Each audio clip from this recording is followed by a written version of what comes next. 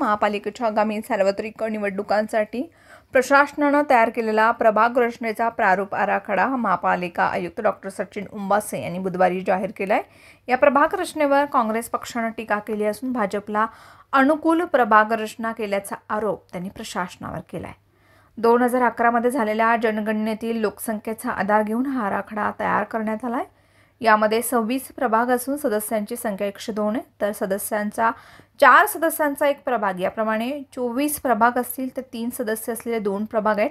प्रभाग रचना तयार करताना लोकसंख्येत 10% नैसर्गिक वाढ गृहीत धरण्यात आले।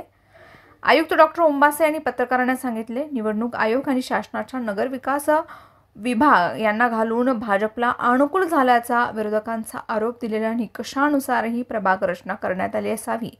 हा प्रारूप आराखडा महापालिकेच्या सप्टेंबर दरम्यान राज्य निवडणूक आयोगाकडे पाठवण्यात येईल। कौन्सिल नंबर 9 ते 13 ऑक्टोबर दरम्यान हा प्रारूप आराखडा अंतिम जाहीर होईल, असंही उंबासे यांनी सांगितलं। या प्रारूप आराखड्याचं राज्य निवडणूक आयुक्तांसमोर 29 ऑगस्टला सादरीकरण झाले, अशी माहिती आयुक्तांनी दिली। आगामी महापालिका निवडणुकीच्या पार्श्वभूमीवरती आरक्षणाची सोडत ही आयोगाच्या निर्देशानुसार काढण्यात जाईल। मतदारांची संख्या जुलै 2025 पर्यंतची निश्चित केली आहे। हॉलमध्ये लावण्यात आले, तसेच महापालिकेच्या संकेतस्थळावर देखील हे टाकण्यात आले। तो पाहून नागरिक 15 सप्टेंबरपर्यंत आपल्या हरकतीने सूचना आमच्या निवडणूक कार्यालयात देऊ शकतात।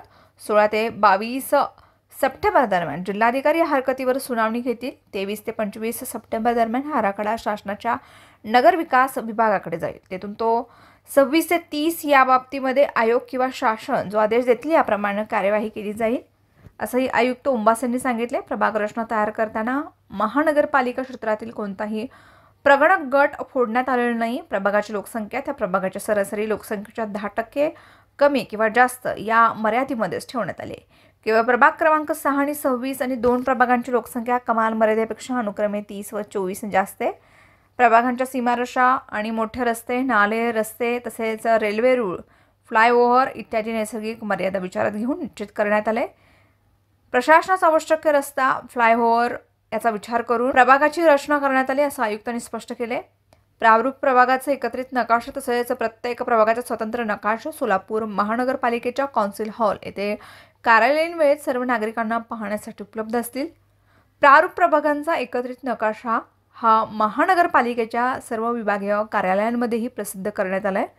प्रारूप प्रभागांचा एकत्रित नकाशा व सर्व प्रभागांचे नकाशे आणि अधिसूचना सोलापूर महानगरपालिकेचे अधिकृत संकेतस्थळ www.solapurcorporation.government.in यावरती प्रसिद्ध करण्यात येईल, असे डॉक्टर उंबासे यांनी म्हटले। या पत्रकार परिषदेत अतिरिक्त आयुक्त संदीप कारंजे, नगर रचना उपसंचालक मनीष बिष्णुरकर, नगर अभियंता सारिका अकुलवार, निवडणूक विभागाचे अधीक्षक ओमप्रकाश वाघमारे, सहाय्यक अभियंता महेश क्षीरसागर यांच्यासह इतर अधिकारी उपस्थित होते।